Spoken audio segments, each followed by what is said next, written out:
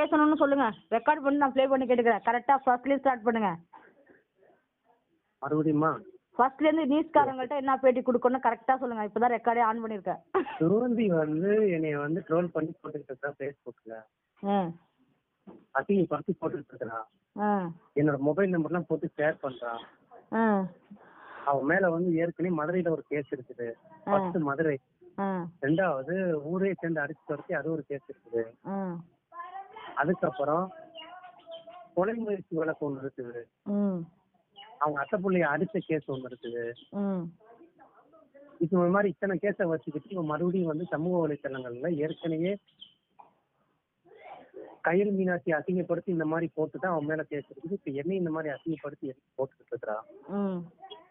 ஏற்கனவே மதுரை செல்வ கொலை பண்ண போறேன்னு சொல்லியிருந்தா இப்போ அவரை ஒரு வருஷம் ஆளை காண. நானும் எல்லாருக்கிட்டையும் விசாரிச்சு பார்த்துட்டேன். எல்லாருக்கிட்டையும் விசாரிச்சு பார்க்கும்போது எல்லாரும் சொல்ற பதில் 4 நம்பர் விசாரிச்சு இருக்குது. உயிரோட இருக்கிறாரு இல்லையான்னு தெரியல, இல்ல சொல்லி யாரை வச்சு கொண்டு விட்டாலான்னு தெரியலன்னு சொல்றாங்க. இதை மெயினா சொல்லணும். எல்லா விஷயத்தையுமே மெயினா சொல்லணுங்க. சொல்லிட்டு இப்ப என்னையும் அசிங்கப்படுத்தி இந்த மாதிரி போட்டுக்கிட்டு இருக்கிறா. அவர் உயிரோட இருக்கிறாரா இல்லையா, செல்வான் உயிரோட இருக்கிறாரா இல்லையா, இல்ல ஆளை வச்சு கொடுத்தாரா, என்ன எதுக்கு அசிங்கமா எழுதி இந்த மாதிரி சமூக வலைத்தளங்கள்ல பதிவு கொடுத்துருக்கான்.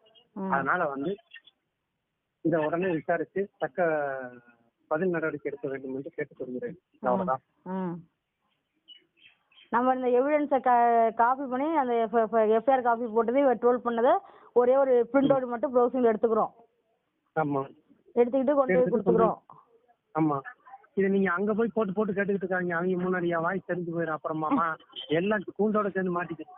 ஐயோ, போன் கூட செக் பண்ண கூடாது அவங்க.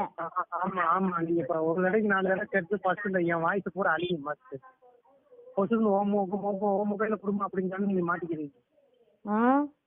ஆமா, அதனால